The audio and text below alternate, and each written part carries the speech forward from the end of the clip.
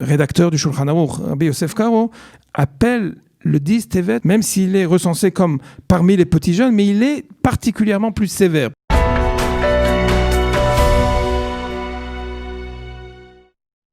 Et comme chaque lundi, nous allons retrouver le Rav Avraham Drey pour un rabbin vous répond. Bonjour Avraham. Shalom. Merci Shalom d'être avec nous. On va rappeler que tu es Rav de la communauté Gomel Chesed Ashdod. C'est ça. Fondateur de l'association rabbinique Shadarim qui fait le lien entre les rabbins francophones d'Israël et la diaspora. Parfait. Et aussi responsable directeur du desk Tzarfat au mouvement Mizrahi, et c'est en collaboration avec Kalita. Alors après t'avoir présenté, on va rappeler de quelle manière se déroule cette émission. Vous avez la possibilité de poser des questions à notre rabbin Avraham Drey.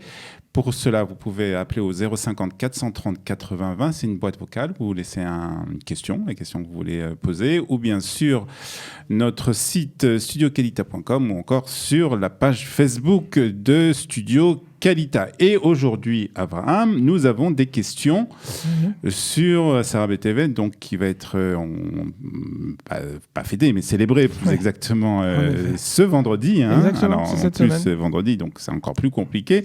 On va commencer par une question de Ashdod, justement. Yaakov, qui habite Ashdod et qui pose une question sur le Sarah Betevet, qui demande... C'est vrai que c'est un petit jeune, on connaît les grands jeunes, Yom Kippour, Tisha B'Av, etc. Et voilà. Et le Sarah Betevet, c'est un peu considéré comme un petit jeune, on va dire... Qui n'est pas très connu. Voilà, dans le palmarès des jeunes. C'est juste. Et on demande la signification du Sarah Betevet. Bien.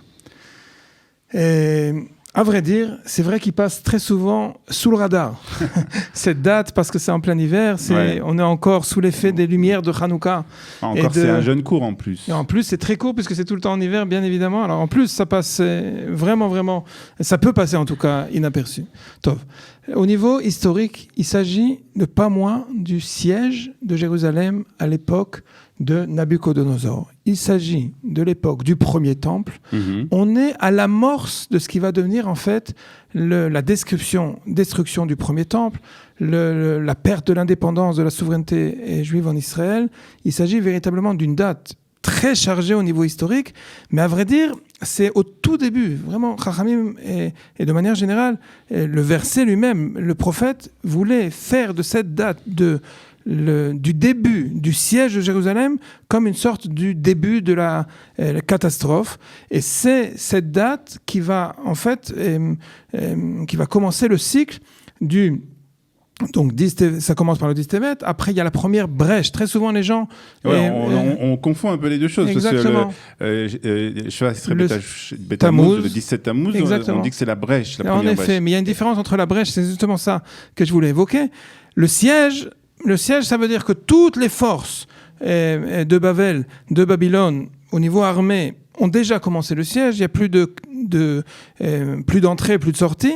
Mais à vrai dire, au niveau militaire, ça n'a pas encore commencé. C'est le Seger, c'est le cas de le dire. C'est le siège, c'est le couvre-feu. Mais il n'y a pas encore de pgia, de blessure. Non, pas de blessure, d'atteinte physique aux murailles de Jérusalem. Ça arrivera à l'époque du premier temple. 17 Tammuz, on parle de Tevet jusqu'à Tammuz au début de l'été. Donc où il y a la présence militaire en fait. Exactement. La décision politique, militaire a été prise. Nabuchodonosor, l'un grand empereur de Babylone, décide d'amener ses armées au port de Jérusalem. Ça commence. Là, on est dans le premier temple. Exactement.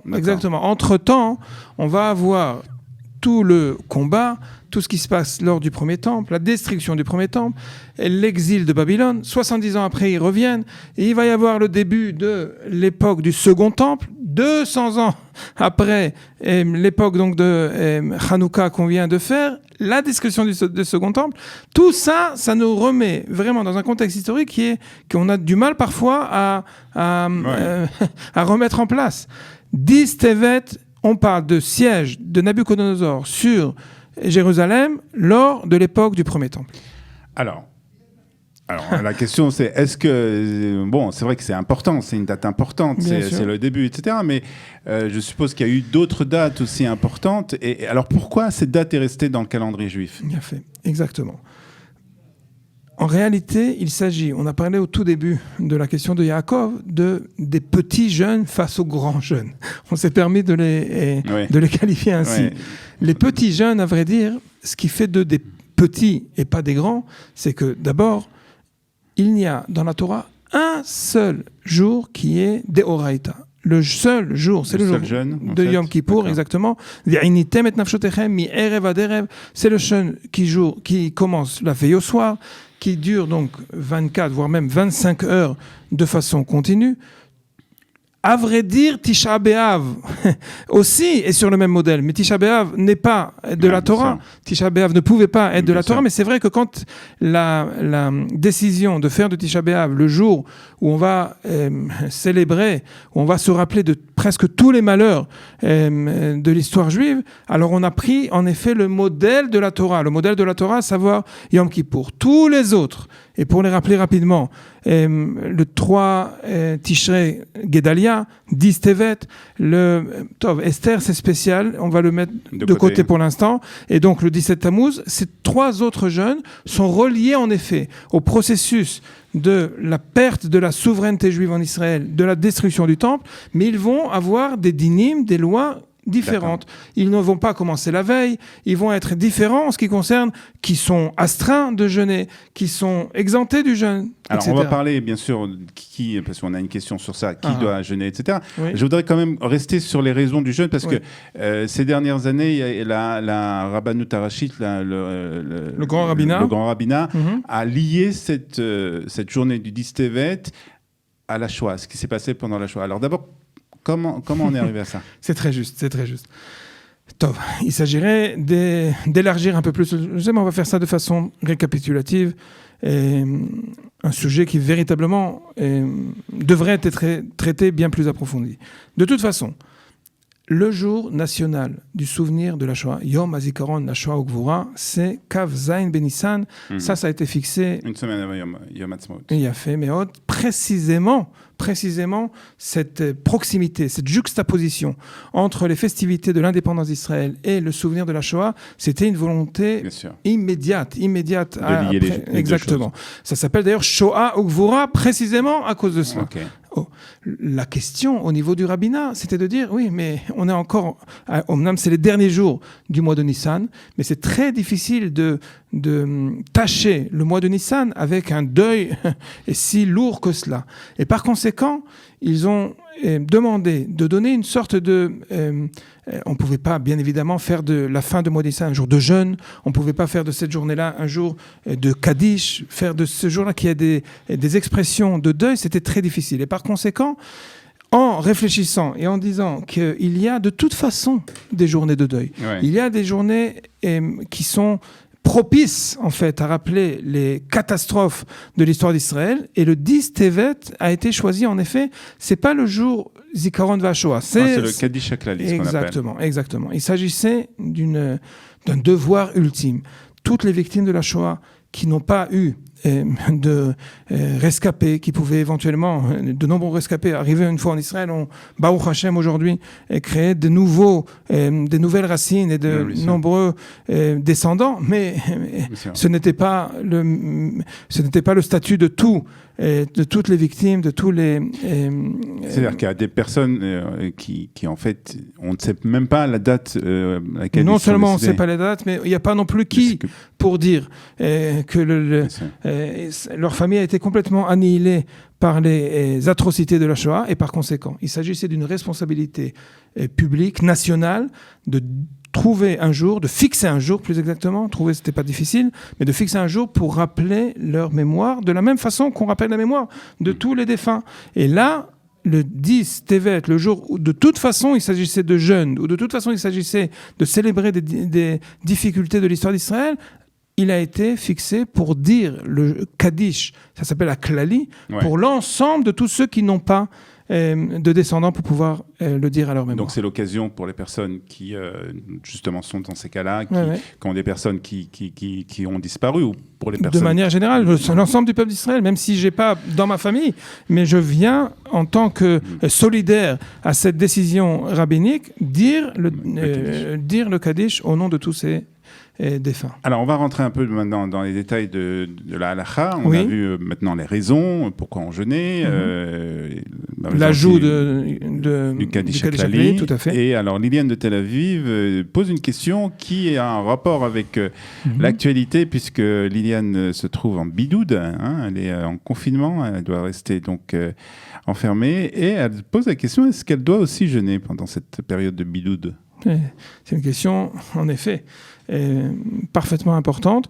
Et on a encore en mémoire, en fin de compte, on avait ce genre de questions également avec Yom Kippour. Yom Kippour, comme je vous ai dit, c'est la seule journée où le jeûne était un devoir de la Torah, où l'interdiction de boire et de se nourrir, c'est de la Torah elle-même. Et là-bas, il s'agissait, à l'époque, on se rappelle, ça a l'impression que c'est il y a très longtemps, mais à vrai dire, ça fait que quelques mois seulement, où l'ensemble du rabbinat d'Israël a été sollicité face à cette question-là, parce que des questions comme, on va faire ça de la façon la plus simple. Les jeunes qui sont les petits jeunes, excusez-moi, de nouveau je rappelle cette expression-là, en tout cas qui ne sont pas de la Torah, et pas seulement qui ne sont pas de la Torah, qui ne sont pas sur le même modèle, à savoir de 25 heures exactement, ils ont de toute façon un statut où d'ores et déjà, Chachamim nous disent que des personnes qui ne sont pas en bonne santé, des personnes qui ne peuvent pas supporter le jeûne, de toute façon sont exemptées. Ça commence comme ça. D'accord. Bien évidemment, les femmes enceintes, bien évidemment, les femmes qui allaitent, toutes les catégories qui sont de santé fragiles ou bien qui ont un besoin vital de renforcer leur métabolisme, leur organisme, sont de toute façon exemptés. En ce qui concerne le bidoud, il y a deux cas de figure. Il y a bidoud avec ce qu'on appelle ici au Misrad Habriout tasminim, les symptômes, exactement. Et il y a bidoud parce que tu as été en contact. Par exemple, de l'étranger. Exactement, étranger, en contact. Ouais. On vient de recevoir la fameuse le message qu'on espère ne pas recevoir. Vous avez été en contact avec elle, vous devez donc. Alors, ça a été pris en compte à deux niveaux. Quelqu'un qui, en effet, est en parfaite santé, ou en tout cas qui ne pose aucun symptôme d'une maladie, même s'il est dans un devoir de confinement, il n'a malgré tout aucune excuse, c'est pas le mot exact, mais en tout cas il n'est pas exempté, il doit jeûner. Mais ça c'est important. Mais quelqu'un il n'a pas forcément la fièvre, il n'a pas forcément un chioul où il a perdu le goût, la toux, ou bien le goût et toutes sortes de choses, mais il se sent faible. Il se sent faible. Ça, les grands décisionnaires ont décidé de dire il ne faut pas attendre qu'il y ait... on a besoin... tout le problème du corona, tout le problème de ce nagif, c'est on a besoin d'une marechet, d'un système d'immunité du corps. Et à vrai dire, quelqu'un comme ça, même s'il n'a pas d'état tasminim, mais qui ne boit pas et qui ne mange pas, risque véritablement. Et par conséquent, pour des questions spécifiques, dans ce cas-là, je propose de mettre Liliane, elle s'appelait Liliane, de prendre conseil et médical, mais également à l'Afrique, pour pouvoir prendre des décisions. Très bien. Alors, très rapidement, parce qu'il ne nous reste pas beaucoup de temps, mais c'est important parce que c'est vendredi. Donc, alors, comment ça se passe ? Parce que on finit le jeûne, on rentre dans Shabbat. Et Kiddush, etc. En effet, d'abord, il faut dire que de manière... un jeûne que quelqu'un prendrait de façon particulière, de façon volontaire et particulière, ne peut pas être jeûné entièrement vendredi, pour une raison très simple. C'est marqué dans l'Halakha qu'on ne peut pas rentrer dans le jour du Shabbat de façon mérounée, de façon pénible. D'un autre côté, c'est également mentionné que quelqu'un qui peut jeûner le vendredi pour rentrer en Shabbat affamé et faire l'honneur, ça aussi c'est bien. Il y a les deux côtés, d'accord. C'est vrai, mais à vrai dire, il faut dire de façon très claire que le Beth Yosef lui-même, le rédacteur du Shulchan Aruch, Rabbi Yosef Karo, appelle le 10 Tevet un jeûne particulièrement, même s'il est recensé comme parmi les petits jeûnes, mais il est particulièrement plus sévère. Pourquoi ? Parce que c'est marqué dans le prophète Ézéchiel, Be'etzem ayom azeh samach melech Bavel et amatzor al Yerushalem. Be'etzem ayom azeh, précisément ce jour-là. Et ça n'est pas mentionné pour les autres petits jeunes. Et par conséquent, Chachamim ont déduit de cette appellation que si ça tombe vendredi, malgré l'enjeu du Shabbat, malgré le le fait qu'on aurait pu très bien dire, on va proposer de changer la date. Non, c'est même un vendredi nécessaire de respecter le jeûne du dit Tevet. Et le prix de cela, c'est que, à vrai dire, les Shabbatot, en ce moment, sont des Shabbatot courts, c'est l'hiver, et par conséquent, c'est pas particulièrement difficile. On va prier de toute façon tôt pour vendredi soir, mais à vrai dire, c'est pas par l'entrée de Shabbat que le jeûne va être terminé, puisqu'il rentre avant le coucher du soleil, mais c'est par le Kiddush, Tset HaKochavim. Au moment où on va faire le Kiddush, le soir de vendredi soir, à ce moment-là, après la prière de vendredi soir. Exactement. On rentre à la maison, exactement. Et on fait le Kiddush, et c'est comme ça qu'on finit le jeûne. Même si, à vrai dire, quand on rentre à la maison, c'est bien après le Tset HaKochavim. Mais tant qu'on n'a pas fait le Kiddush, c'est une loi relative au Shabbat. Qui fait donc la différence. Exactement. Merci beaucoup, Abraham. On rappelle donc que si vous voulez poser des questions, vous pouvez le faire sur notre boîte vocale, sur le 050 430 80 20, sur notre site studiokelita.com et sur notre page Facebook. On se retrouve bien entendu la semaine prochaine. Merci beaucoup. Toda rabba. Shalom à tous. Shalom, shalom.